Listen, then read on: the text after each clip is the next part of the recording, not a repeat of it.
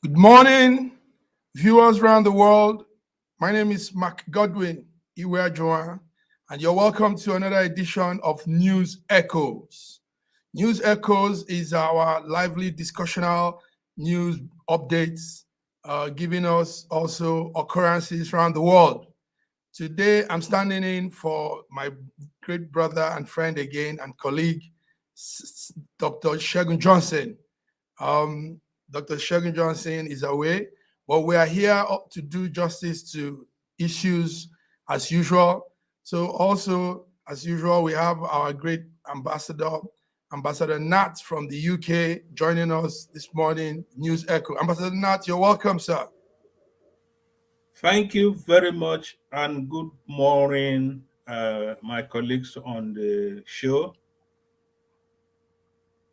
Thank you very much. So, hope it's a beautiful weather there in the UK. Hope the fuel situation is not affecting activities that much. Is it? Well, we have the part of UK I am. We have the sunshine is fine, but the temperatures are dropping gradually. We are now in autumn, so we have to start adjusting to the weather and its element. Good. Okay, you're welcome, sir. So also joining us from UK today is a friend, a colleague, also a coordinator for the Schengen Story Media in the UK. That's Honorable Matthew Ogaraku. Honorable Matthew, you're welcome to News Echo this morning. Thank you very much, dear McGodwin, the massive man. It's good to have you. Hello, sir. Honorable Yapo, I greet you. Welcome to this platform. You're welcome. Great. And to our viewers, you're welcome. Thank you very much. So a lot has been happening throughout the week, last week, even up till now, and it's still happening as we talk. News are developing every minute. So, Yako, let's have what's the situation on? We all followed up the German election, and we know it's a new dawn for the Germans now. What is the situation from where you're monitoring? Well, the situation is first and foremost, we want to appreciate Lady Merkel, the outgoing German Chancellor. She has been at the helm of affairs in Germany for the past 16 years. We are not talking of 16 weeks or 16 months, but 16 years as Chancellor of in Germany. And from my own assessment, and I believe history is going to be very kind to her. She came, she saw, and she conquered. She delivered the dividends of democracy to the Germans, and now she has to take a bow. But again, the Germans, this is democracy, were not too kind on her political party because it seems the political party did not do very well as she did in the past 16 years. But we now have the Greens and the Social Democratic Party taking over the mantle of leadership. And what that entails is that there is a slight shift, a little bit to the left, the more of a socialist agenda, and that is going to also be of interest to Africa and the developing world, because it looks the Greens and the Social Democrats have a sympathy, and maybe this time around the German government will look more towards Africa and how to assist Africa in the challenges we have, challenges with COVID, challenges with development, challenges with insecurity and so many other areas of challenges. So we look forward to that in the weeks to come, months to come, and the years to come. Thank you very much, Honorable Ambassador Nat. Yes, similar thing is also happening here in Italy. In Italy, on September the 20th, there were parliamentary elections, and we had the party PD. PD had quite a number of votes, so the PD will have more seats in the House. Then we have a party called Legal Nord by one politician called Salvini. So they came second in the seat, and there are other parties too. The movement, the Five-Star Movement, Stella came fourth.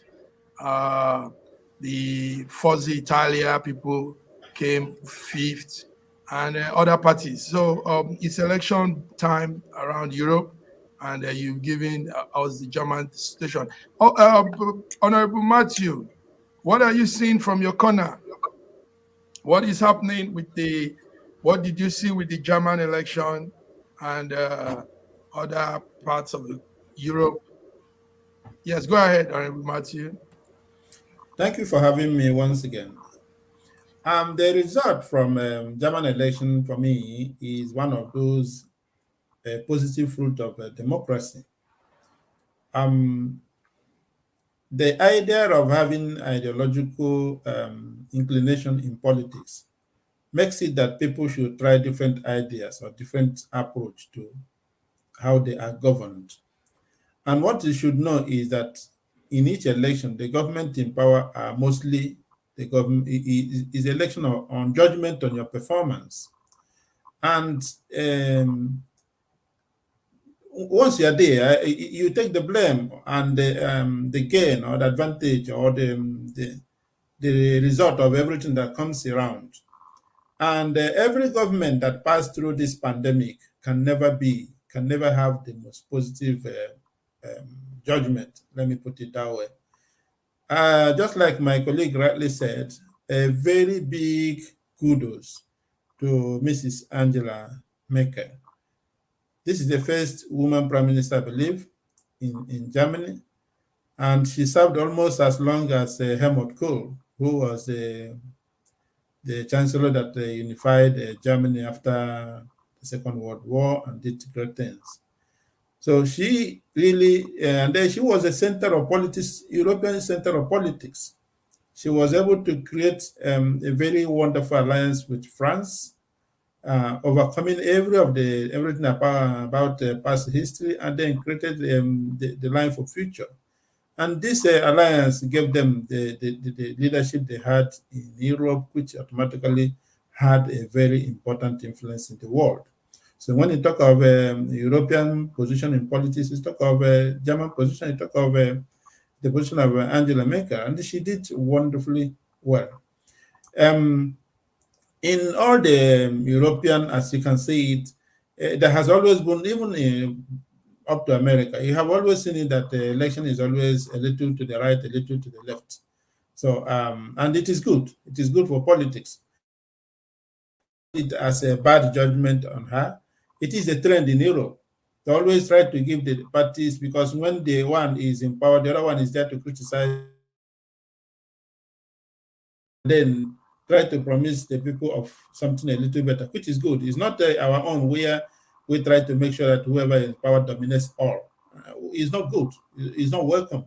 I don't like an election where you come and somebody is winning 67%, or even some states, some people win 96% of vote. Those things are not democracy. Just a painted system of change of government is not democracy. Democracy is a place where people should have the courage and the will to stand by their understanding on their approach and their ideology about politics. And when we have such opportunity, it makes people to grow. Not only, he must not be a prime minister to be a good governor. It must not be, your government must not be in the center for you to be a good governor in your state or a good chairman in your local government. But this idea of once a party wins, others resign from their party to the next, as if to say, that makes it creates tendency of autocracy in wherever it happens, using Nigeria as a good example. So what I'm trying to say, going back to that, is that what happened in Germany is good. After 16 years of a given party, even though they work on a coalition, it is good another party comes in and then gives them another form of directions. So there's nothing wrong about it. We appreciate Angela and what she did, and her party came at least too close as well to winning. So it is not a bad judgment. I think it's a welcome development. It's a trend in democracy. So thank you. We wish her well in her retirement.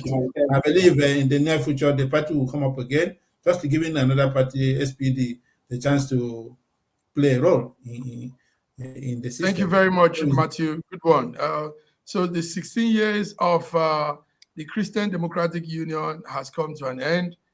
We want to now see the coalition plan, how it will go. And Germany is the world's first economic powerhouse. And whatever happens there affects the world directly and indirectly.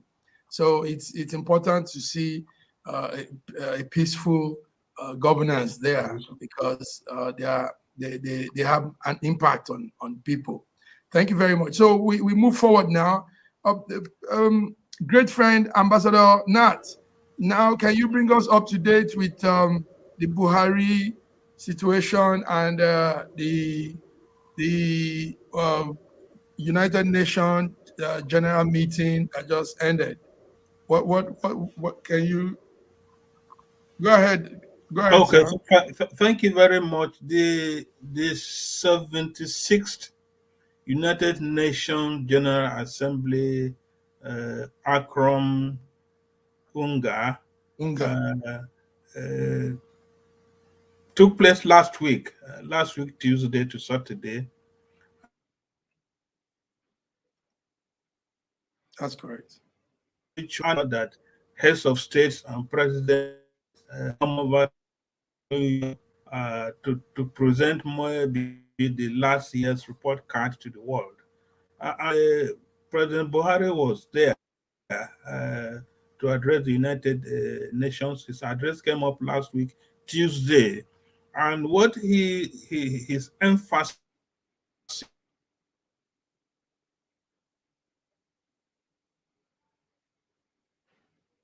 Go ahead. The normal theme for the conference. Well, that's not Buhari anyway on the screen. What the address of President Buhari? That's Buhari there. He focused his address on debt forgiveness. He talked on security.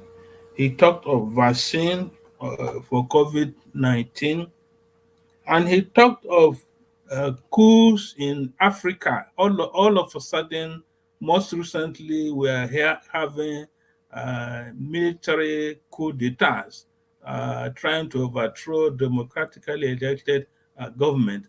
And it is very common in this belt, the political and geographical belt known as the Sahel belt. Some people call it Timbuktu Triangle, stretching from the Atlantic Ocean to the Red Sea, with countries like Senegal, Mali, Chad, Burkina Faso, sometimes maybe northern Nigeria, part of northern Nigeria, so those were the issues Buhari spoke on in the at the United Nations General Assembly, the 76th. You see, but there have been reactions, especially from Nigerians, as to some of the issues Buhari touched on, especially this debt forgiveness, debt cancellation for developing countries, not just Nigeria. Nigeria will benefit if debts are cancelled. But our concern is if you are asking for debt forgiveness and every other day you are taking loans and loans and loans, the first question we ask is, why don't you stop taking loans and maybe consolidate on what you have? Who is going to pay this debt? It's not Buhari's regime. It might not even be anytime very soon. We are already piling up debt for generations yet unborn. How are they going to pay this debt? And you know, there's this adage: if he who goes a borrowing goes a sorrowing. And you don't use. We are using borrowed money for non-productive ventures, and that is where the challenge is going to be. On the issue of security, again, that Sahel region, the Sahel region is between immediately south of the Sahara and you have the Sahel region in between, and after the Sahel region in Africa, you have the savannah. So there's instability in those areas, military coups in those areas.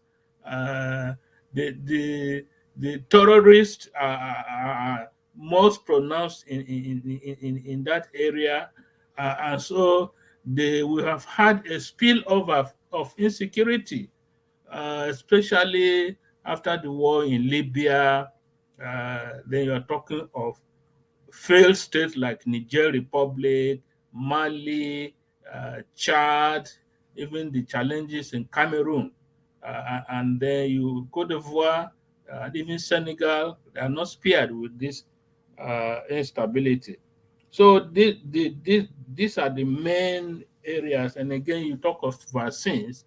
It is very shameful that the African countries are waiting for the West to give them free vaccine.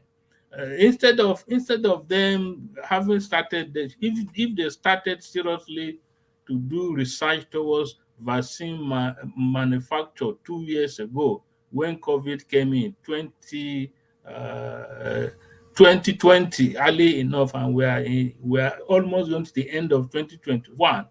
African countries or vaccine developing countries.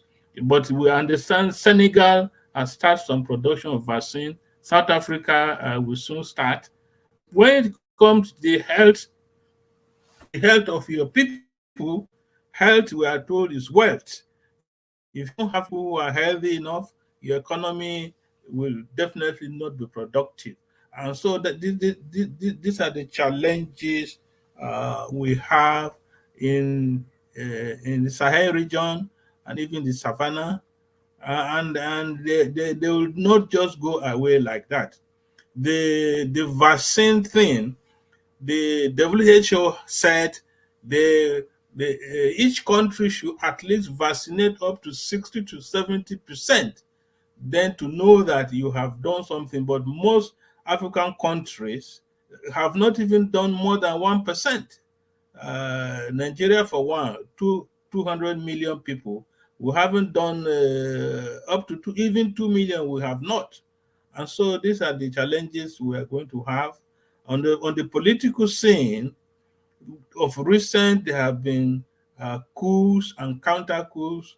The last one we had was coup attempt in Sudan, which we are told did not succeed.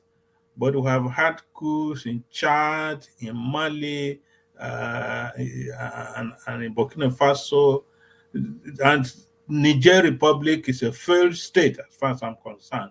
And so when you put together these instabilities, you don't go to the United Nations and tell them all is well, because that is an impression. And especially when coups overthrowing democratic government, there is something wrong.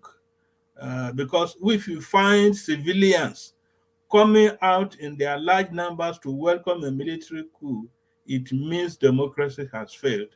And so those are the challenges we are facing today. Thank you very much. Very much. Thank you very much, Ambassador Nat. Giving good updates there. Matthew, Honorable Matthew, what's your views on Nigerian President Buhari and his speech at the United Nations General 76th General Assembly? Thank you again for having me. Thank you, Ambassador, for elaborating and itemizing the points Buhari spoke upon. When we come to this public speech, as I may call them, addressing the world in the United Nations, I know most time, even the speeches most of the leaders makes were not written by them. The foreign policy prepare what they feel is the face, the trend you want to, and then they go out there and do the ceremonial aspect of it. Let me put it that way. So he has forwarded what he felt is how he wants to present the nation, or where the foreign policy has directed him or guided him, as the case may be, because he's still the president. He can accept the direction or not. But however, that's their job. So having said that, let me go back direct to the insecurity, which is one of the things that has faced him so much in the United Nations there.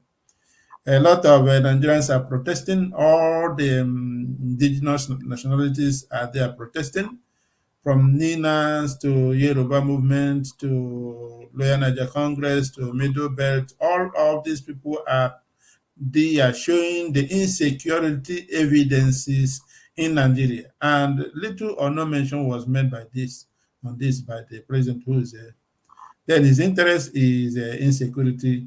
Then the same situation that is boiling in Nigeria is still what leads to the same issue he's trying to to call against. So what's this idea of coup and counter coups? We remember what happened. We felt that the civilian, from the time it happened, even the early 60s till today, it is when the civilian government failed to represent the people. And the worst thing democracy will do is nepotism. Because what is democracy? Democracy is the government of the people, by the people, for the people. By the time a given government gets there and feels that it is only one people that has the monopoly of power, or monopoly of knowledge, or monopoly of what they call it, experience to be able to govern others, and more importantly, the result of such governance has never resulted good, as we can see in the case of Nigeria. So the idea of calling against coup is that we are trying to paint black white just to move on. So I think whoever represents us in the United Nations in the process should fair to the realities. I know they're playing politics, but remember that as well, you are not ruling a ghost, you are ruling a people, and those people are there to scrutinize whatever you say or you do. We know the realities in Nigeria, and if the president feels he doesn't know, I think he should work with his heirs to know more. So, on the issue of vaccine, yeah, you see, long time, India is one of the countries to start doing the vaccine. Russia did. Almost every country in this world are trying to have theirs. But none of the West African countries, including the giant of Africa, Nigeria, is thinking of even making their own vaccine. We are still we are not even much willing to. We had a lot of issues about what comes from China or not China. So at this point, Nigeria is supposed to have been the center. In fact, just like during the issue of insecurity in the past, Nigeria was made the center of defense of Africa. The same way it should go in almost everything, because we have the number, we have the intellectuals, we have the what do you call it, intellectual properties to be able to get this thing done. What is holding us down? Let's give merit a chance so that Nigeria will move forward. Thank you. Let's give merit a chance so that Nigerians will move forward. Thank you very much, Matthew. Yes, and he was also before the people that can bring in. He was before the United Nations that could help in the fight for security in our country. Boko Haram, ISWAP, and all these bandits, kidnapping, but he didn't mention, he didn't call for their help. So that's strange, because all he needs to do is open his mouth and say Nigeria needs help. The government in power cannot do anything, and let the United Nations come in with their forces. But he didn't say that. So we will continue to languish in that Boko Haram, ISWAP, and terrorism, all these things again.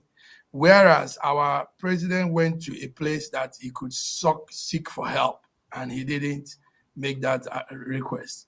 Okay, we move forward. Things are still happening. We have the story, a news update. Ambassador Nat, can you bring us to date on what is happening in Nigeria with the husband of the late Dr. Dora? There is a news that's coming in now. What do you have, Ambassador Nat?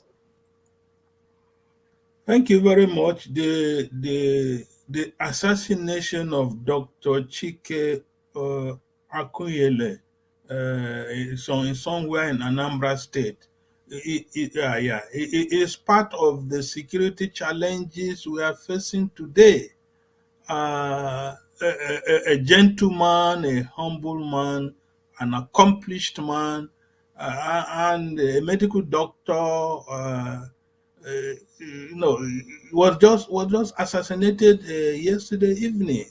Although there are stories of saying it was a mistaken identity, the person those assassins were looking for just looked. Akuyele looked like the man, but we have had these stories before.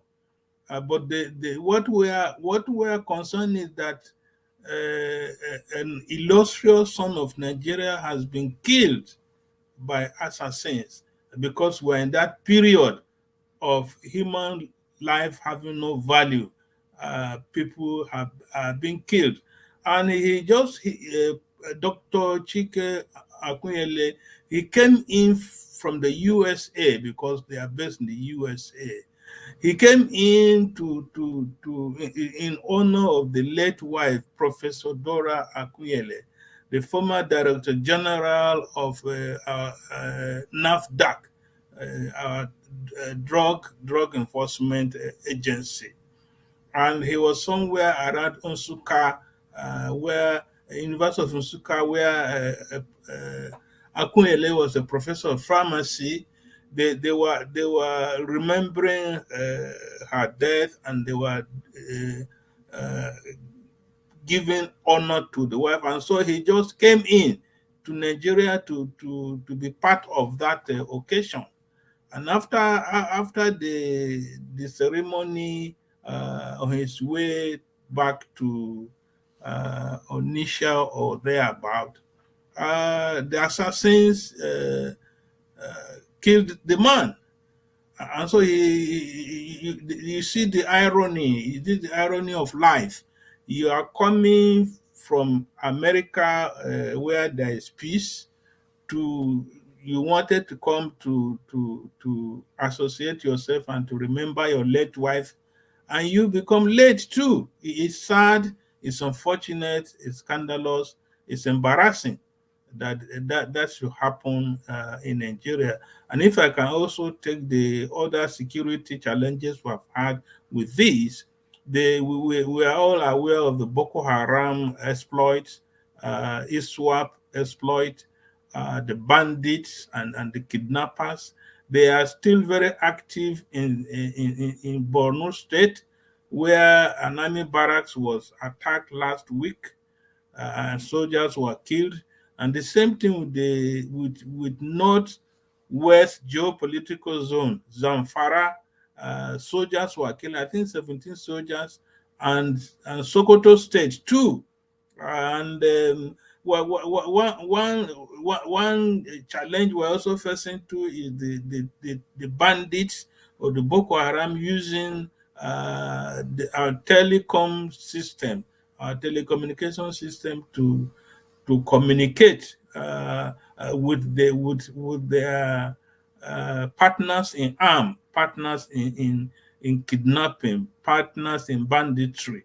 And what the government, federal government of Nigeria had done and state government were to shut down the telecommunication network, especially in Sokoto State and Zamfara State. And we had a similar situation like that in Kaduna State. And the bandits, especially the northwest geopolitical zone, you know, Nigeria share Sokoto State, Zamfara State, Katsina State share boundaries with Niger Republic. The Niger Republic telecommunication system was being used by these bandits to, to have access to communication and to communicate with their people. Meanwhile, our military, our other security agents didn't have this opportunity of communication with people. And so it cost us the life of our gallant soldiers and some civilians. I think that is the update. But again, we remember that the killings are ongoing in southern Kaduna, like Kafanchan, Kagoro, Koi, and you know they're also sharing boundaries with Plateau State. Plateau State has had its fair share of the killings of innocent people, and it's all the handwork of this Boko Haram, ISWAP, and sometimes the bandits. So that is a view of what is on ground when we talk of security in Nigeria. It's a long way to go. Buhari, you know, he tried to mention the insecurity in his UN speech, but as usual, we remember 2 or 3 years ago, Buhari and the Minister of Defense telling the world that Boko Haram has been degraded or technically defeated, but they are still very much around today, causing havoc, burning barracks, killing soldiers, killing civilians, and the list goes on and on. So that is Now, the situation. Thank you, and Ambassador Nat. no, just sorry, just to Okay. update again. And you know, in the southeast, the Monday sit at home have also provided opportunity for these unknown soldiers, or not unknown soldiers, unknown gunmen, to create hermen, to kill even civilians, kill soldiers, burn houses, burn businesses, especially in Anambra State, as we speak of last week. And you don't easily forget what is going on in Imo State under Hope Uzodinma. But this news on the husband of the late Dora Akunyele is a serious one. Imagine coming to all the way from America to come for a memorial service on your wife and the person being killed. Honorable Ogaraku, are you hearing this? This happened early this morning, Wednesday. It's just happening. And our great in-house researcher has given us this update. So it's breaking news. How do you see this, Ogaraku? Listen, nobody's safe anymore in Nigeria. Nobody is safe. Fence cannot save you anymore. Position in politics can't save you, I believe, anymore.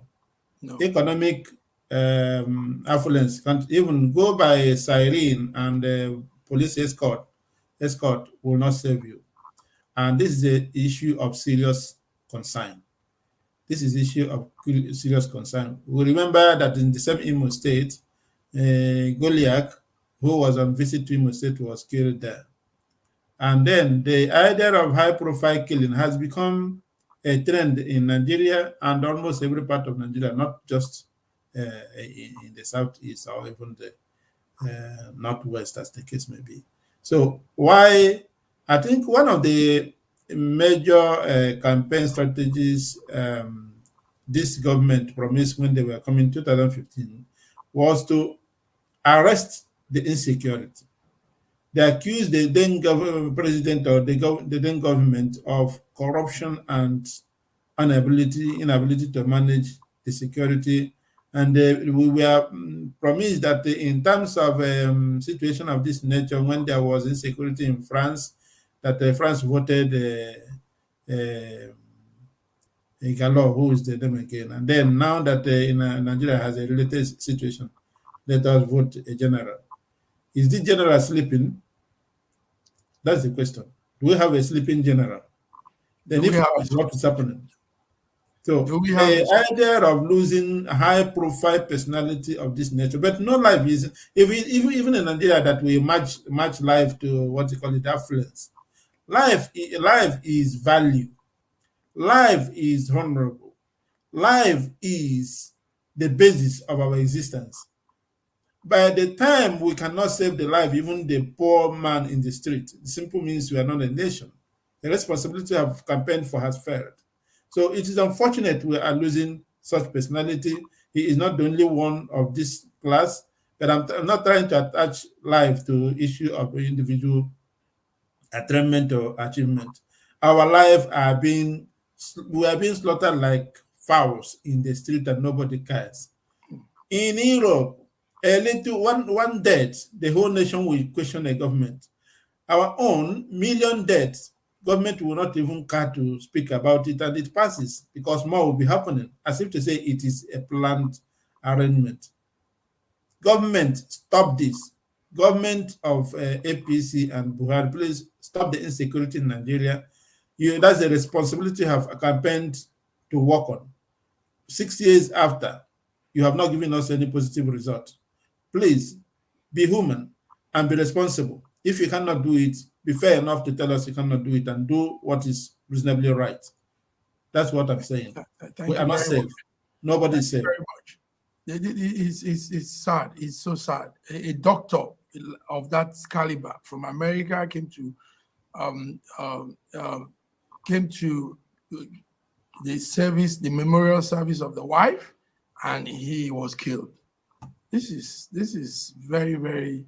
The situations in Nigeria are more than absurd. It's going out of control. Sorry to interrupt. Whether it is him that was targeted or somebody else, life is sacred. Nobody should terminate life. So I don't want to go by this idea. Hey, he wasn't the target. That is not a good excuse for nothing. Who should be? As if the person that was the target is not a human. He's not a human being. So the idea should not come in. He is not the target. Every life should be saved. Every life. Thank you very much, Matthew. So we're going on break now. This is News Echo. News Echo is Schengen Story Media news platform for news updates and occurrences around the world. We're going on a break now. And when we come back, we are talking on Nigeria. The country in Africa is 61 on October the 1st. And we want to look at that age and the performance so far. We're also looking into the stolen Benin artifacts. Those beautiful sculptural pieces that were taken out forcefully, stolen from the owners, and many more occurrences around the world. So join us, News Echo, Schengen Story Media. Thank you. Schengen Story magazine is an African international bi-monthly magazine based in Milan, Italy, and founded in 2016. The publication focuses on personalities, fashion, style, entrepreneurship, and culture for Africans. Though articles on food, movies, fitness, music, travel, sports, technology, and books are also featured. Our lives full of best stories. A lot can happen in a month. Expand your mind, change your world.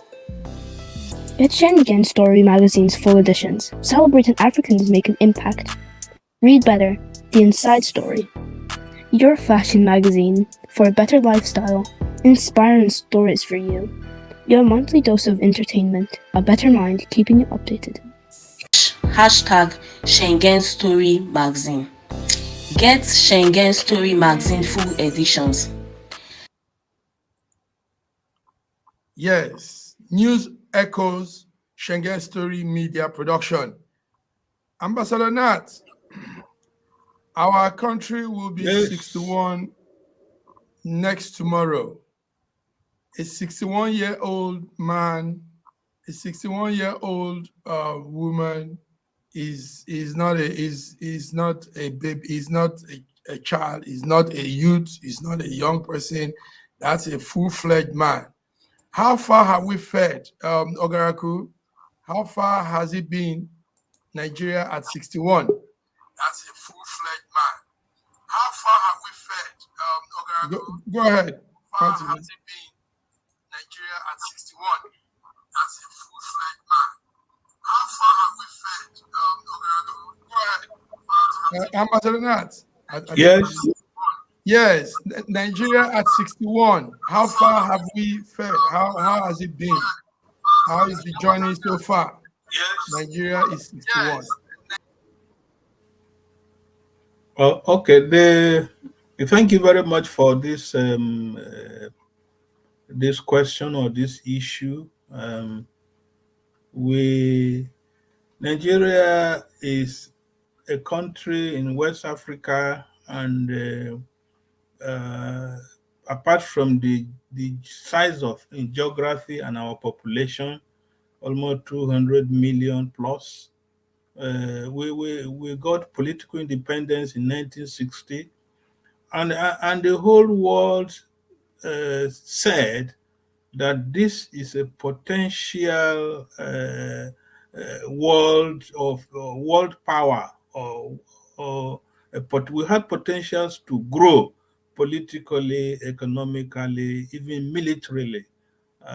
But as time went back, 1960, 1963, becoming a republic, 1966 had our first military coup, and the military incursion into politics where they don't belong, where they had no business to come in, is some of the created some of the challenges we have today, because the counter coup of July 1966, the players of that time are still very much around today, because people like Danjuma, I think he was a major in 1966 July, who led the coup in Ibadan, where Aguiyi and Adekunle, who was governor of Western region, were assassinated. And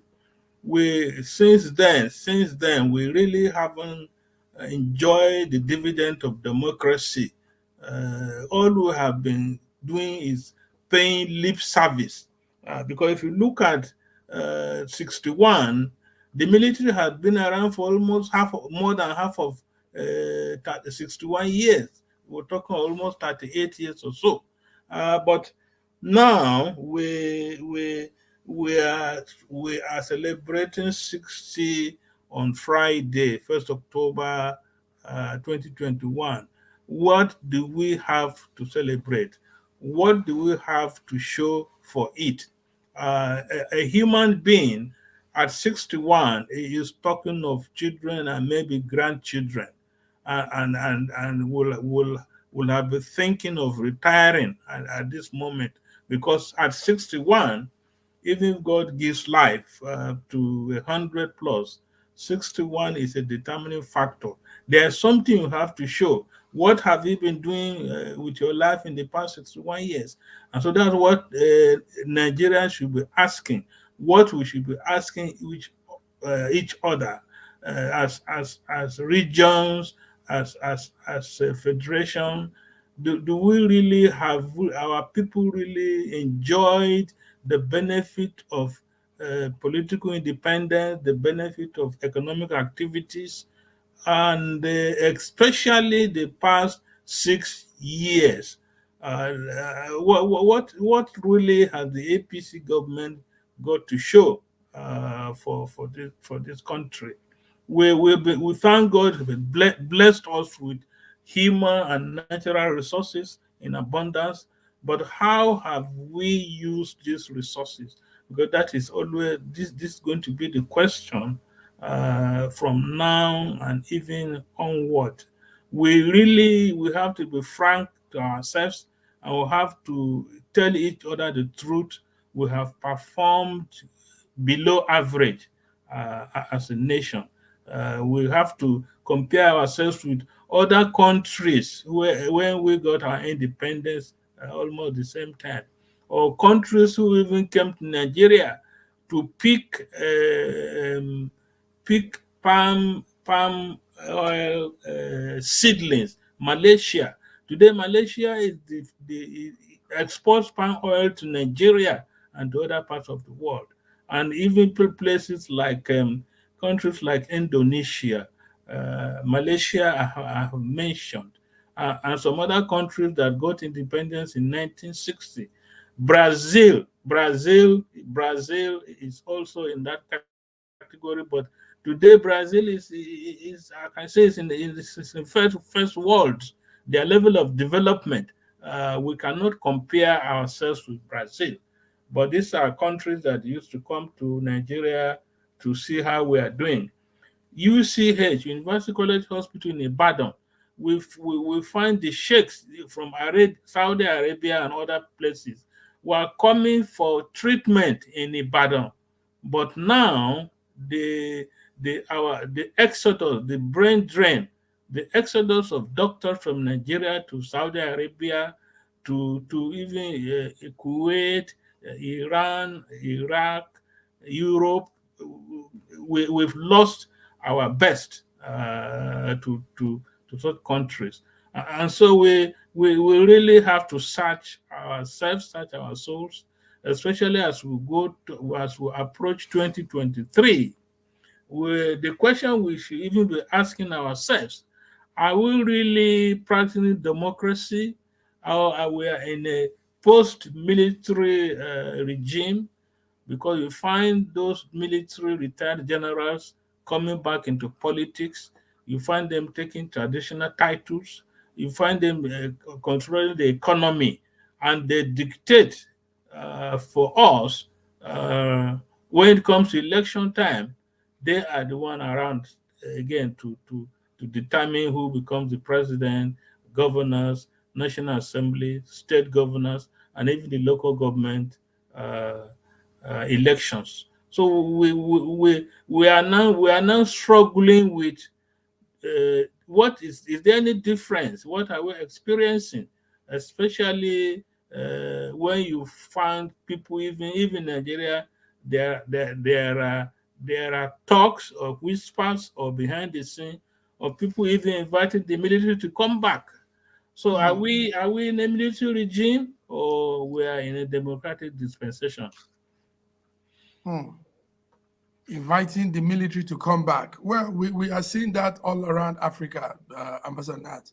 And I believe Nigeria is not exempted from that. So Nigeria at 61, you've broken it down, Ambassador Nat. The sad thing is we've not done too well. 61 years old Nigeria is still grouping in the dark. Honorable Matthew, Nigeria at 61, how have we fared? Thank you again. It was interesting listening to Ambassador. Yes. While he was speaking, I just looked at my web and checked the lifespan of a Nigerian. I looked at the lifespan of the people in the world, and then coming down to Nigeria, I think we're at the average of 45. The life expectancy, you mean? Yes, life expectancy is roughly at average of 45. We are 61, and it simply means if Nigeria is to be a nation, we are within that period of either regeneration or retermination. Unfortunately. You see, Nigeria has always been presented to have all the potential it takes to be a great nation. The numbers are there. The space are there. The intellectual properties are there. The raw materials are there. The mineral resources are there. What is holding us down? At 61, what is holding us down? Is anybody so proud to say, yes, I led this nation, or I was part of the leadership of this nation that is 61 today and at this stage? If not, why are still this recycled leadership finding themselves yet in leadership? What are they there to do? Again, I still remember that the current president was a head of state in Nigeria when he was under 40, I believe. Now at by the age they tried to tell us, 78 or what, you came back to still rule the same nation. Then if the lifespan of Nigeria is 40, then you are ruling a different generation. That's what it means. And if you are ruling a different generation, what do you think you can offer them when you are not of them? This is some practical logics to see why things are not fitting right. I was told that the Prime Minister of France was in primary school when Buhari visited Canada sometime around 1980 when he was in leadership. Today, he is a Prime Minister of, what do you call it, of Canada. And the same old man he came to see as a student, or he saw because his father was a Prime Minister, I believe, then too. He's now head of state and he's the head of, then what type of communication do you think you have with this young man? Nothing.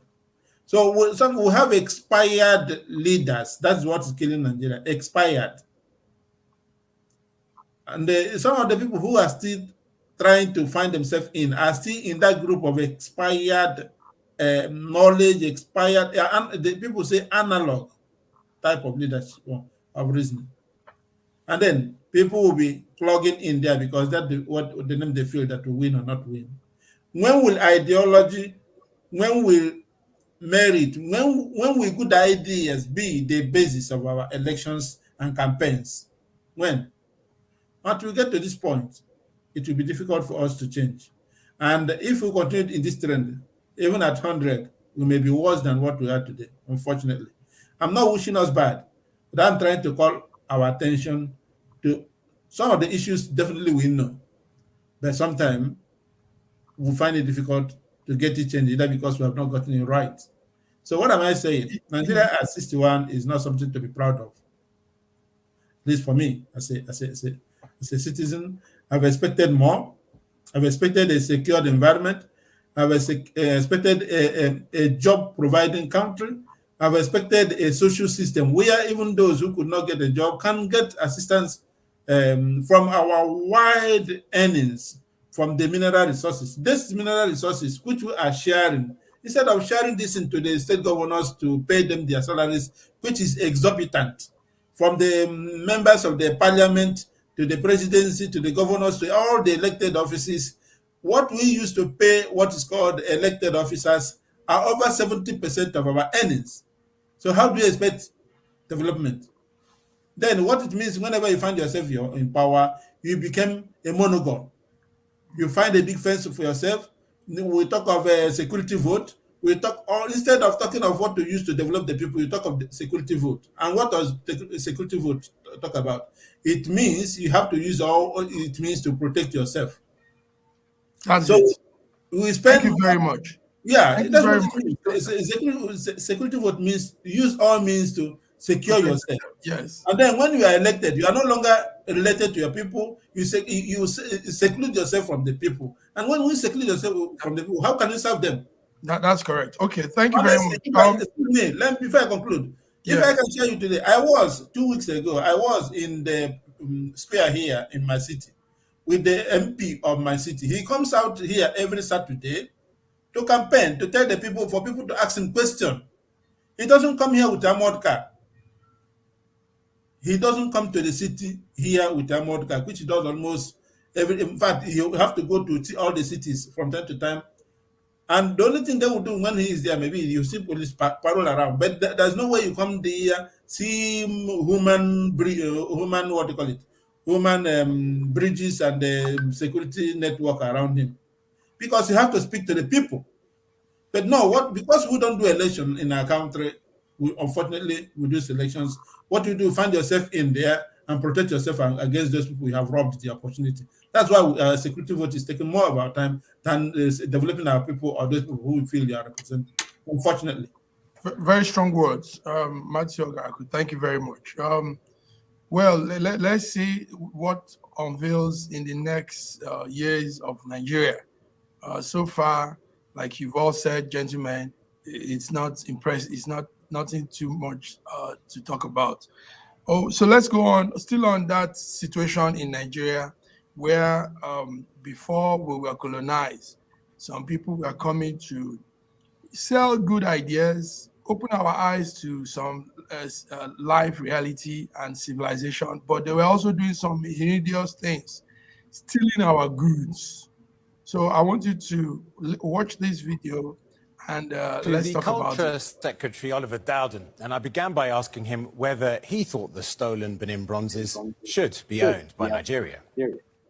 Well, I think that they properly reside in the British Museum. Now, that doesn't mean to say that we shouldn't work with the government in Nigeria to see how we can share it with them. Forgive me, and I understand sharing, but they were stolen. Do you not think that they should be owned by the people that they were stolen from in the first place? Well, I think that the problem with this, and of course, if we go back to things that happened in the 19th century and judge them by our values of today, it's completely unacceptable. But my concern about this is, where do you actually draw the line with this? The collections of our great national institutions have been developed over many, many centuries, in many times in questionable circumstances. I think the question now is about what we do with these. I love the Benin bronzes. I've seen them many times throughout my life, and I think them being in the British Museum, which is a world repository of heritage, allows people to see it, but that doesn't stop us from sharing it. Okay, but ownership is key, right? Yeah. And the Nigerians say that when they get them back, they would almost certainly be happy to loan them back to you. But the fundamental problem is that they were stolen from the Nigerians and they want to own them. I completely accept that they were acquired at a time of rampant colonial expansion in Africa, in circumstances that I'm not in any way going to sort of defend or condemn with the values of the 21st century. I think, though, the more important question is how we ensure that the world can enjoy this marvellous heritage. A letter will soon be sent, mandated under international law by the Nigerian government, to the British Museum, formally requesting return. You and I know that that would also require laws, the Heritage Act and the British Museum Act, to be revoked or at least amended. Is that a realistic prospect? No, we have no plans for doing that. Gentlemen, that's it there. You see how there's a man called Fela. We all know Fela. Fela sang a song called Authority Stealing.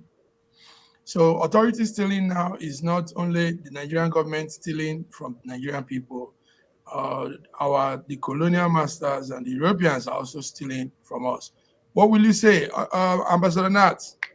Imagine somebody's property being taken up forcefully, and the people are claiming, it's almost like claiming that this should be with us, not you, and it's not their property. Ambassador Nat, go ahead, sir. It's very sad hearing that. It's not only sad, it's very scandalous and very embarrassing. This is a clear act of stealing. I'm sure the British, if the stealing was done in Britain, we'll be hearing a different story today. Exactly. But in the 21st century, you are trying to defend looters and plunderers and thieves this cry for return of Benin artifacts didn't start today. It started, long ago. I think Oba Akinzo, I think it's Oba Akinzo, who was a federal permanent secretary.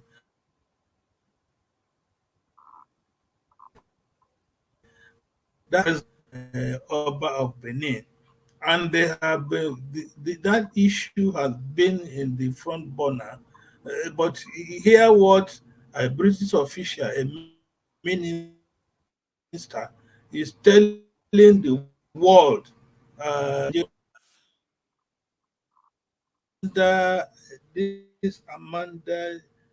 this Oh, dear. lady in America, what are her other names? We're missing you, Ambassador Nat. Your network is fluctuating. Can you hear us? My network is. Yes, it's fluctuating. I'm hearing you. Yes, the I'm network hearing you. Are is you not. hearing me? Yes, we can hear you now.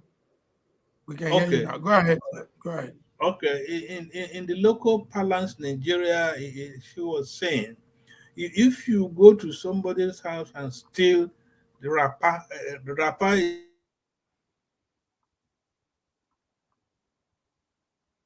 is clothes. Yes. Ambassador Nat, I think network has small issue there. Honorable Matthew, while Ambassador Nat will be fixing the network, you saw the video. That's the Secretary, Minister of Culture, talking about something that belongs to another people. I mean, you stole these things, and you're trying to make it look like he didn't steal it. And like Ambassador Nat said, if probably the reverse was the case to the British people, we will not. It will be a different dialogue, a different discourse. So, what would you say, Matthew? I better say that it's good we are getting somewhere. This interview is in public domain. He did not deny that these items were not stolen. He then suggesting to us that they wanted to be in a place where people can say it. What makes them think that if it is in Nigeria where it originally belongs, people cannot see it? We have a lot of internationally recognized, what do you call it, United Nations heritage centers. Anywhere this artifacts can be made United Nations Heritage Center with all the international security for people to visit it. So they should not continue to think we are dons, where you teach how things are done. Stolen things is stolen things, and when something is stolen and it is found, what is right is to say, I'm sorry, I regret what I did, apologize, and give it back, even pay compensation for it. That's what we should be talking about. Not telling us how it came or not. It is stolen, and instead of accepting, he didn't deny it was stolen, but he said it was acquired. Acquired with whose consent? Stolen and acquired. Did you pay for it? No, you didn't. So the idea is it's stolen, and they should be treated as a stolen items. So that we are discussing over this issue at this point simple means we'll get there. Unfortunately, it takes time, but we'll get there. So this is one of millions of issues. And remember, these artifacts are symbols of civilizations. When you steal these civilizations of the people, it means you are stealing the knowledge of these people, claiming it to be yours. All these institutions here, buildings and structures that we refer as the United Nations Heritage Centers, are because of how old they were and the technology or the knowledge people had at such a long time. You had people's foundations, culture, symbols of the civilizations used to and wants to keep them, even as at today. I think it's a shame. However, now that interviews of this nature are in public domain and the legal and diplomatic approaches are in place, we get there. Sometimes they're avoiding this to avoid the consequences of the reparation. but it will come. It must come. Welcome. Thank you very Yes. much. Ambassador Nat has joined us again. Ambassador Nat, Matthew said something very important, and they are making money out of this. So it's not about returning it; it's also paying something on it, because the UK Museum made money out of this as people came to look at it. Ambassador Nat, go ahead. We lost you the other time. Go ahead. Yes, so sorry about the breakdowns. I think it's the network challenge.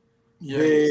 The issue is clear. The British government, not the Germans. In fact, most of the Western world, you find some of these Benin artifacts in their museums. Some of them even in private collections, in private homes, especially some of them that may have been have something to do with the stealing process, the expedition that went to Benin, or we are not even asked for reparation of the of people who are killed in some of these expeditions. We are not even, although I'm aware there's a call for reparation, especially the slaves that were taken away. But this artifact, as Honorable Matthew has said, it has you have stolen the people's culture, and a part of this culture is linked to the spiritual existence of of these people, especially in the Benin Empire and the Benin Kingdom. You have the soul, the spirit of their expression have been stolen, and you are saying they were acquired.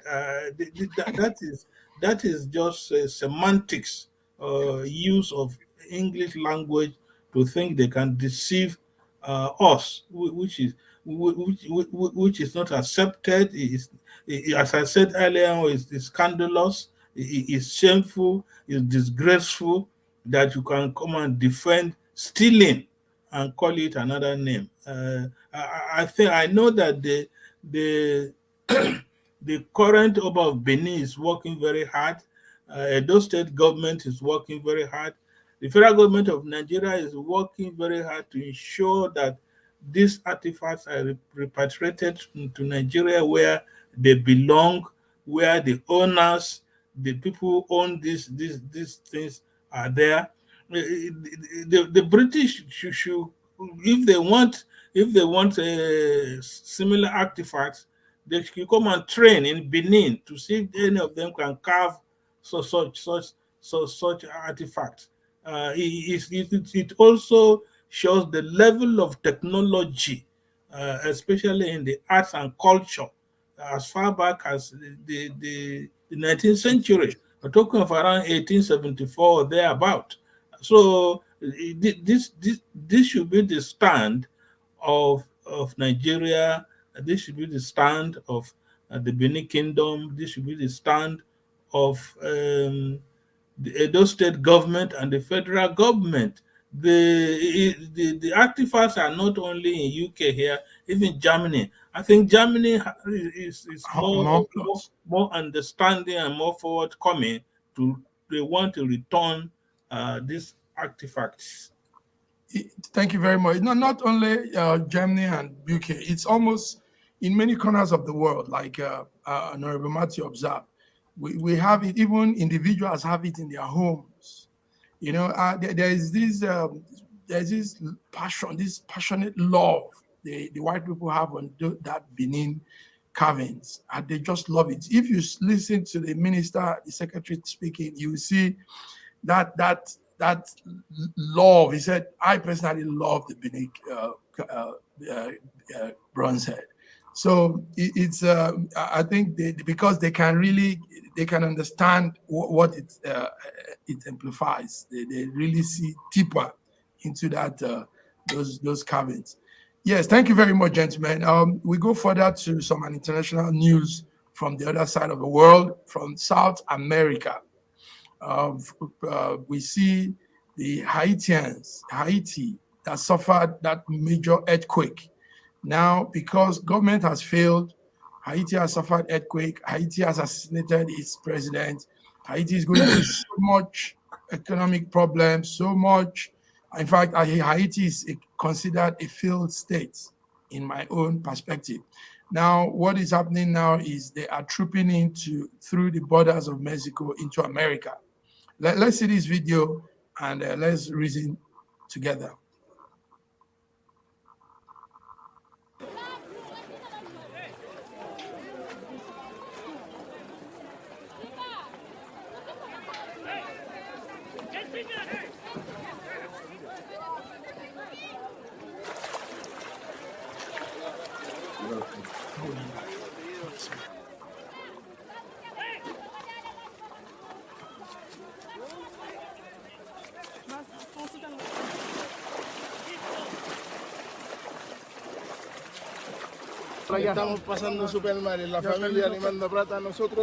We're having a hard time.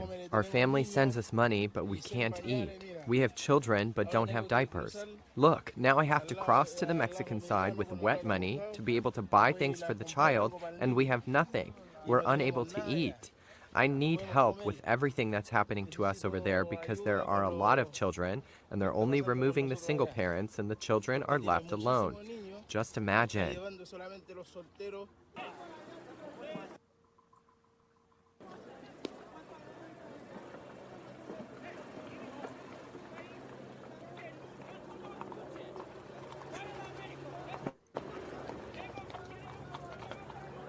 Gentlemen, you're seeing the video there. Now, what do you say? How do you analyze this?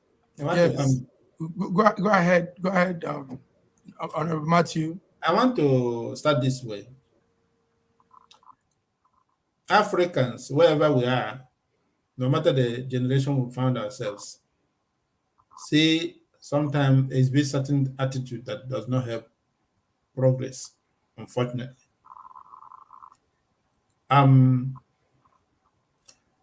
Average African, average black man will try to acquire wealth for himself, for his family, which I hope that this family will remain together, maybe after him. Unfortunately, the day you leave, those families becomes families. That your family becomes families. In our own people, they used to say, if you have 2 men or 10 men, you have 2 grapes, you have 10 grapes. So as soon as we leave, they become families. They start sharing the same thing, and then they share it in what is called the survival of the fittest. You still see your own children fighting against themselves, and then some people suppressing themselves. Until Africans start seeing themselves as a family, real family. Start building as a family, and stop depending on the miracle of the West. That's the only one who will survive. That's only one who will survive. Haiti's issue, just like you can see even in all the Caribbeans, they are trying to survive without having much features of a general welfare. They go for individual welfare, family welfare, and without collective approach, you cannot make a lasting legacy. That's the point I'm making. So having said that, yes, the natural disaster, yes, we've seen it. This is not the first time as well. We also remember that most of these islands, Caribbeans as you call them, are still Africans that were in America. That during the course of separation and the right of blacks and this or that, most of them are thrown to some of these areas. You can be called whatever name it goes today, including the ones that are brought home to us, that is called Liberia. Why are we the same way? So, having said this, I honestly am sorrowed by the situation I saw there, where some people are trying to, it's called building castle in the air. You feel you can just pass and cross over to America and then have a good life. And then who are you abandoning those areas for? So our leadership should start thinking of foresight, start developing our people, and start giving us a better future. The idea of what we have, example of what we have in Nigeria, where nepotism becomes a way of government, is definitely what brings about all this issue. Being a failed state is when people cannot be part of the system. And it is very wrong. Very wrong. It's not only in Haiti that this is happening. It's what led to the war in Liberia has something to look like this. Okay? And the effect still remains there till today. I may not go out so soon. Thank you very much, Matthew. So please, I want to call on Africans, wherever they find themselves, to know that there's need for us to build for a better future and not dreaming or depending or hoping that Europe will come to your aid. And Europe likes to see you down in order to benefit from you. Let this point be made very clear. They want you down. They have planned you to be down. And if you continue to be down, that simply means you have accepted your future the way they want it. And we will continue to suffer. I don't like this. Thank you. Well, it's a matter of migration, and migration has been happening for centuries now. People move in numbers to a different location. What we also see there is the inhumane treatment, the horsemen wiping some people, allowing little children to go, but taking back their parents. Ambassador Nat, you obviously saw that video, yes. So what will you say? Is America treating these people? These are helpless people. Their country has failed. Nothing works in Haiti. Everything is in shambles.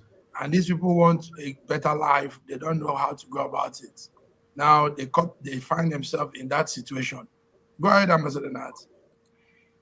Well, that video clip is a sad reminder of man's inhumanity to his fellow human being. I'm sure those men riding horses and whipping, carrying whips and beating the Haitians or the blacks. It also reminds us of, Donald Trump, the ex-president of America, was he attempted to build a wall or fence or a barrier. This is just, I see this as an extension of that, because what is happening really in Haiti is part of the American creation. There are fingers pointing to America for aiding and abetting the assassination of the former president, the latest one. And we know Haiti has witnessed political instability right from the time of Papa Doc or somebody like that. And Haiti is sitting on a titanic earthquake plate. It is vulnerable to earthquakes. And when that happens and the people have no place to go, they've lost everything. Their president has been killed, and America, the CIA seems to know something about it. And their people are moving to where they think they could get green pasture, and all you can do is to whip them, to beat them, and refuse them entry. I think it also shows a bad side of the presidency of Joe Biden, because Joe Biden wouldn't say, or Kamala Harris wouldn't say, they are not aware of the situation at the border, Mexico border, American border, the Haitian challenge. So I think there should be some level of milk of human kindness, level of compassion for fellow human beings. Thank you very much. Honorable Matthew was one time a counselor in Italy here, Europe, and he has some knowledge of legislative workings. Honorable Matthew, I forgot to ask you this. You were in that caucus. Italy is going through its parliamentary election. On the last week was the day, and the situations are looking funny. The legal note that we thought will be sidelined is gaining momentum. What will you say? I know you being in Padua. Padua is Padova, and that's the center region of Italy. What will you say about the Italy election, Honorable Matthew?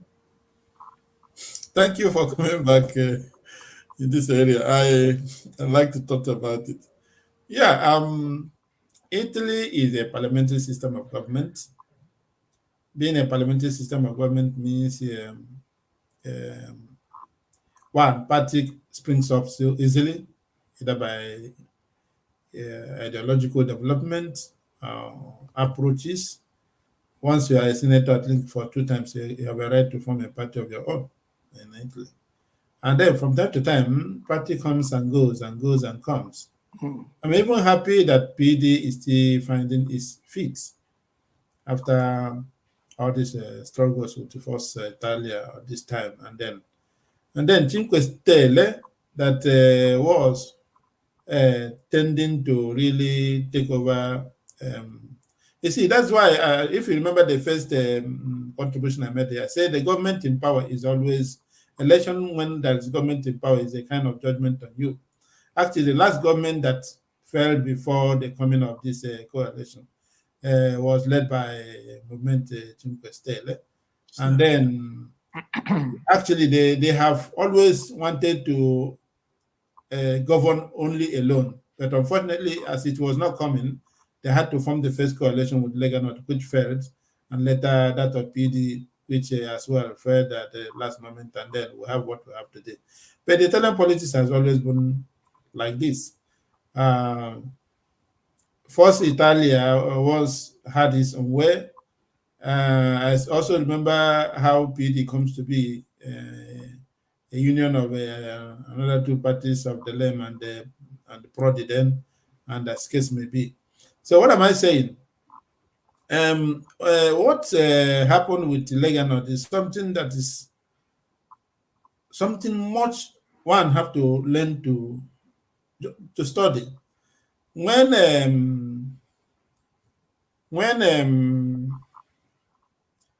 the first leader of Lega Nord, what is his name again? I will remember. His interest was a nationally northern party, and he was able to build really a northern party that was taking care of mostly the business area of Milan, and sometimes spread to Veneto and Lombardy, and Veneto, and maybe beyond. Today they have gone beyond. Even they went back to far to the south, where they have rejected all this long. And I remember the usual Rome, Ladron, all this or that. Now they are in Rome doing the same Ladron.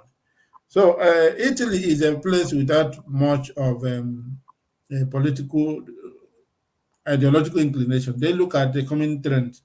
Matteo Renzi did his own part in the recent time, and then he left PD and created his new party. All these things are coming and going and going and coming.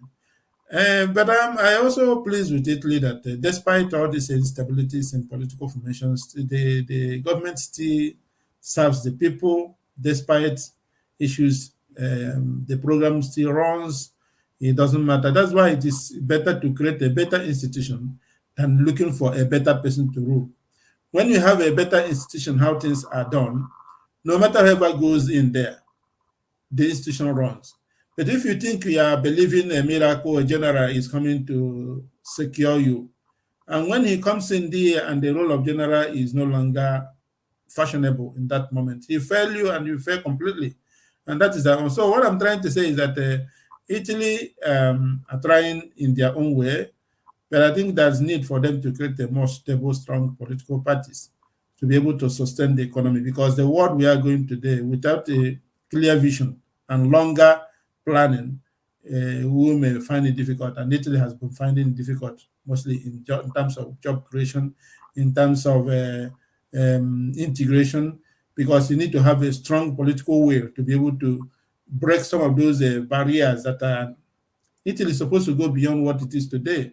We now have a very strong presence of migrants, and we will now have the second generations of migrants as well, who are Italians by birth, no longer by citizenship. And the system is supposed to be open, and then know that the world should go beyond what they used to be. And I wish, that's why I'm happy that the PD coming into power, being a traditional political party in Italy, is a good thing for the country. Let them hope they will use the opportunity now to create a more better environment and win better election and form a thank you very much. coalition. Yes, thank you very much. Yes, you did real good insight to that story. It shows how much you understand the governance and workings here. Also, here in Italy last week, we all know of the Catalonia separatist leader. He's called Carles Pandimont. He was arrested last week here in Italy, somewhere around Lombardia area, but he has been released. Now we see a situation where a similar thing happened in Nigeria, where separatist leaders are being boggled up and taken forcefully. You begin to wonder what is happening. Why that? Ambassador Nat, the Catalonia separatist leader was boggled up, and because that arrangement he did some years ago of a referendum from Catalonia from Spain is considered an unauthentic arrangement. And they arrested him here in Italy. In fact, I got the news that morning he was arrested. And the plan was to take him back to Spain to face charges. What will you say about these situations that is similar to what we have in Africa, in Nigeria, where people agitating for their own territory, their own life, but they are being hunted down? Go ahead, Ambassador Nats. Okay, thank you very much. You see, the challenge we have is interpreting some of these basic universal laws of self-determination. Individuals and groups have the right to determine what they want in life, but because of selfish individuals or selfish group reasons, you find out that these oppositions will come up. Honorable Matthew mentioned something about institutions and individuals. Today we have this challenge of, do we want strong individuals or strong institutions? And what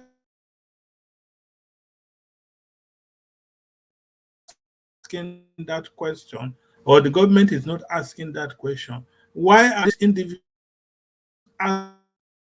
asking to be allowed to leave that union?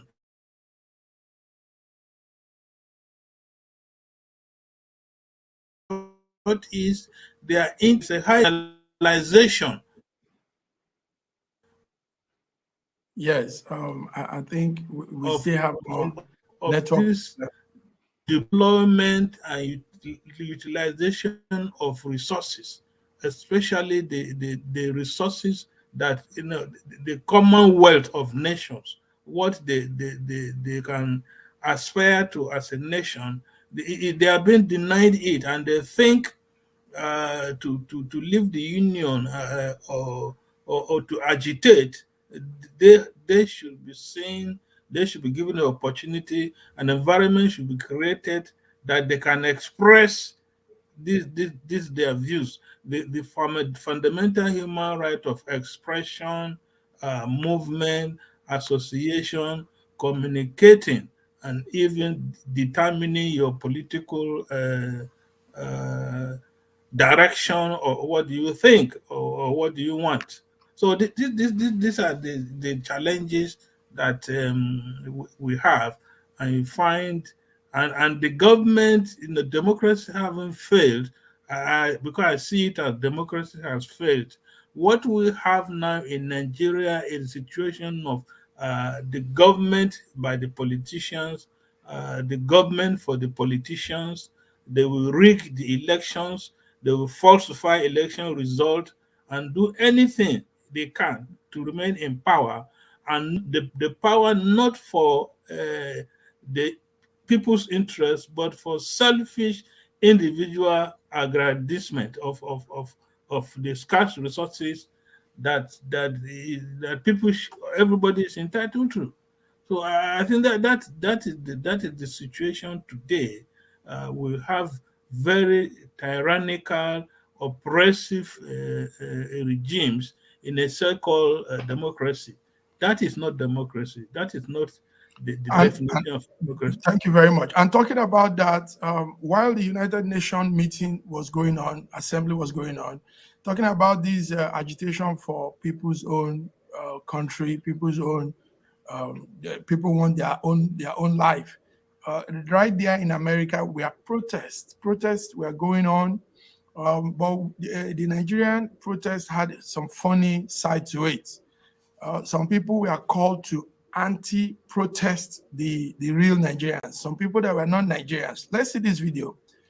If it doesn't catch up on all the one Nigeria folks, this is where they are giving them clothes. They give them clothes. They hire them for $50, and they give them clothes. As you can see, Inu Bayelo think catch up on one. Cherry, one catch up on one bed. One Nigeria folks. If you are not in catch up on one. Most of these people go on Shetiwa. Nigeria is a terrorist, so Nigeria is a terrorist country. If you want something like this to happen to you, you can claim Nigeria. This is exactly what they are doing in Nigeria. They are killing people. They're killing people. The government of Nigeria is terrorists. Yes, they are paying their money. If you want this thing to happen to you, you can go and get that shit. Go get your money. Go and get that money. Okay, what is happening there is a situation where some foreigners were recruited, some people that are not Nigerians were recruited, and were being given $50 per hour, T-shirts and face cap that has Nigerian emblem, and to go on the streets and say all is well in Nigeria. Every other thing anybody's saying is not correct.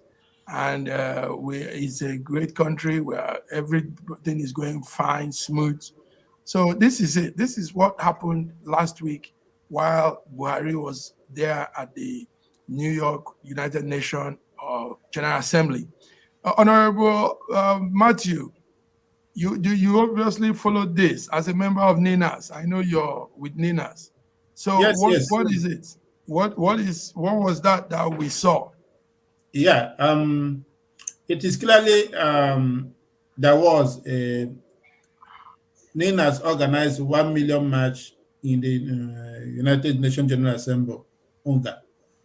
This is to tell the world through this very important forum of the situation in Nigeria. And this NINAS, remember, is a movement of the southern Nigerians, which is the south, the western area, the southeast, south, and the middle belt. It is called the Nigerian Indigenous National for Self-Determination. And this NINAS had declared the constitutional force majeure on the 16th of December 2020.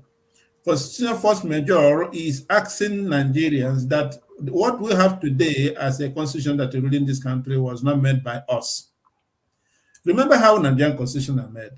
They normally appoint some people, call it professionals, as the case may be. I'm not saying that they appoint anybody, to go around and ask questions, make up documents, and then bring to the, what they call it, whichever authority that is ruling them, provincial ruling council, supreme military council, whatever they call them.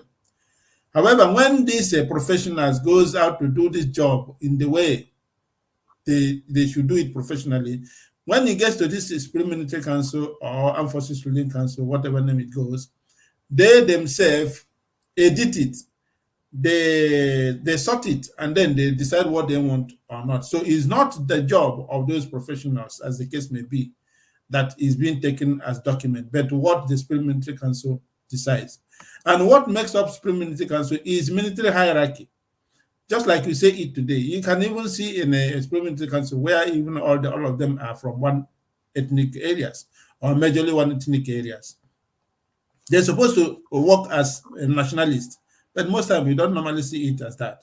So it simply means the military cannot be the source of making democratic constitution. So the constitution is supposed to be made by the people. And the only way to do this is when you create a constitutional conference and the people make their constitution, of which that's what it had been done before, and that's what Jonathan did period to 2015 election. And this the result of this issue is supposed to have been brought to the Assembly and then okay. So excuse me, let me conclude here. It's important, very important. So what are we saying? What the idea of people trying to term people as a separatist or those no, the idea people wants to have a say, just like British had a say in the European Union. So if you feel that your people want a separate government, put it to referendum and let the people decide. But the system, the power that be in Nigeria doesn't want this thing to go. Let me summarize this way. He said, whenever any attempt you make to suppress a peaceful resolution, you are making a violent reaction that is inevitable. What is happening today is that people have tried since 1999, when the constitution was brought in place, every approach has been made to review and proving that it is not Nigerian constitution, it's not made by Nigerians, but the government that has been in place has now helped the people to have a constitution of their own. That's what is leading to this. Any day you give the people the voice to decide what is their own constitution, people may even decide to be Nigerians, but on a constitution they made for themselves.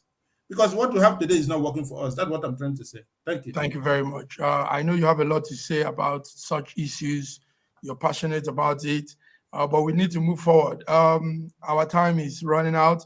Ambassador Nat, we saw again a situation where the French Prime Minister, the French President, was thrown egg, and this is coming the second time now. Why is this man suffering this public reaction whenever he's out on an assignment? Why is he going through this humiliation most times? I know you saw that video. Did you? The studio can.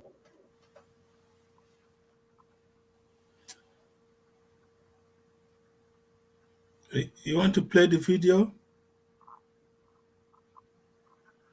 Studio?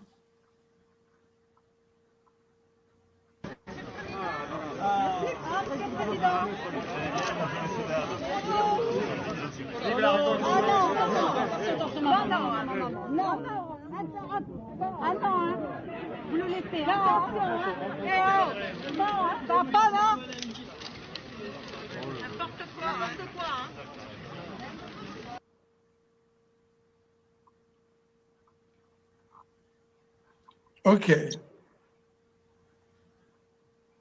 That's the video. Strange enough, the egg didn't break on him. That's really strange, because most times the egg will split out on the person's face, but in this case, it just bounced back, and maybe it was a cooked egg. Maybe it wasn't a fresh egg. But why is this man going through this reaction most times? This is the second time now, and it's always been in the public, in the eyes of the world, and they just keep humiliating him like this. Ambassador Nat, what will you say? The message of the egg speaks volumes of Yeah, it speaks volumes of Macron as the president of France or prime minister. And then the politics of the present republic. And it's also it's an indication of who can almost determine the election result. From the first incident where a woman slapped Macron when he went for uh, see the people tour and this egg thing. It means it's not likely Macron is going to win the next general elections. The people are saying this is not French, this is not France. And the people are saying, and the larger message is that France has lost its civility and it has lost its decency. You don't start throwing rotten tomatoes or eggs on your prime minister or your president. It's a message. It's taking France backwards.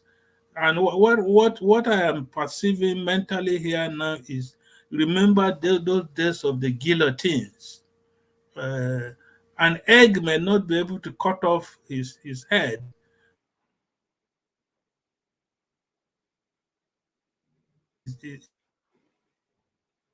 Go ahead. it's Uh, general elections.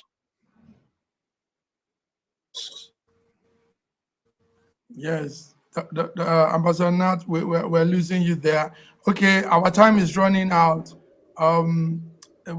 Network issues today. We hope it will get better. We can't go without saying some things, some also new developments on sports and entertainment. From the sports side, we have a story of our boxer Johnson, AJ. Let-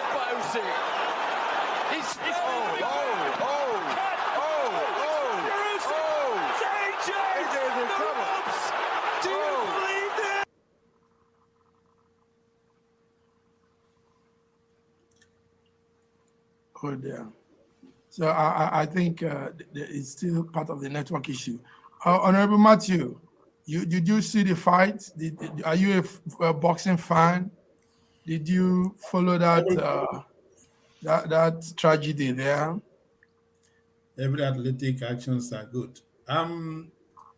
Yeah. Challenges are meant to be won or lost. And whether you win, yeah, it is a joy. When you lose, it is a extended victory. What it means is that Joshua should go back and work a little more and then win it again. And sometimes, remember, the history always goes, he was a world champion for 10 times. It's important. If you have it once and 10 years, they may still count it as one for you. But if you if you win it 3 times, 10 times, even if it's for 3 months, 2 months, 8 months, it is counted as number of times. Let's see, we are working towards number of times he won the belt. But in terms of coming back, I'm sure he'll come back. No worries. You sure you come back? Thank you very much. Ambassador Nat, are you a boxing fan? What do you see with that? It was done there close to where you are, Tottenham Stadium. AJ lost, but he went the round anyway. It wasn't a knockout. It was a unanimous decision from the judges, but all 3 judges gave it to the Ukraine man, Usyk. Well, what will you say about that fight, Honorable Ambassador Nat? I'm not prepared for that fight, but he just gave an impression that he will be ready for that fight last Saturday. He was not ready for that fight. The timing was wrong. And again, you notice that AJ had problem of overweight. He had spent instead of training, he was busy partying and enjoying himself. and accumulated a lot of weight. So he wasn't able to maneuver his punches. He psychologically and mentally was not ready. And again, give it to AJ. He is a comeback kid. I want to agree with Honorable Matthew that AJ will come back. The return match or the rematch will come up early 2020. AJ will have wanted it this year, but it has to be sometimes early next year. So this is it. I want to thank you all for great insights, great discussion, news occurrences around the world, News Echo, Schengen Story Production. We will hope to come back again. If not for situations, I would have wanted us to also have something on the October 1st Independence Day, but maybe we'll put it to next week, Monday. Well, on this note, I want to say thank you very much, Honorable Nat from UK, Honorable Matthew from Bedford, UK also. You've all done great. We want to keep our people abreast with situations and also issues that affect us. The sad thing is Africans in Europe feel most things doesn't consign them. But at the end of the day, it concerns us. So, and we are doing our bit to keep them aware of situations. Thank you very much, gentlemen. So with this note, on this note, I say, see you next time and have a pleasant week and independence celebration. Thank you. Bye. Thank you. Thank you very much for having us. Thank you. Yes. Bye. Thank you. Bye-bye.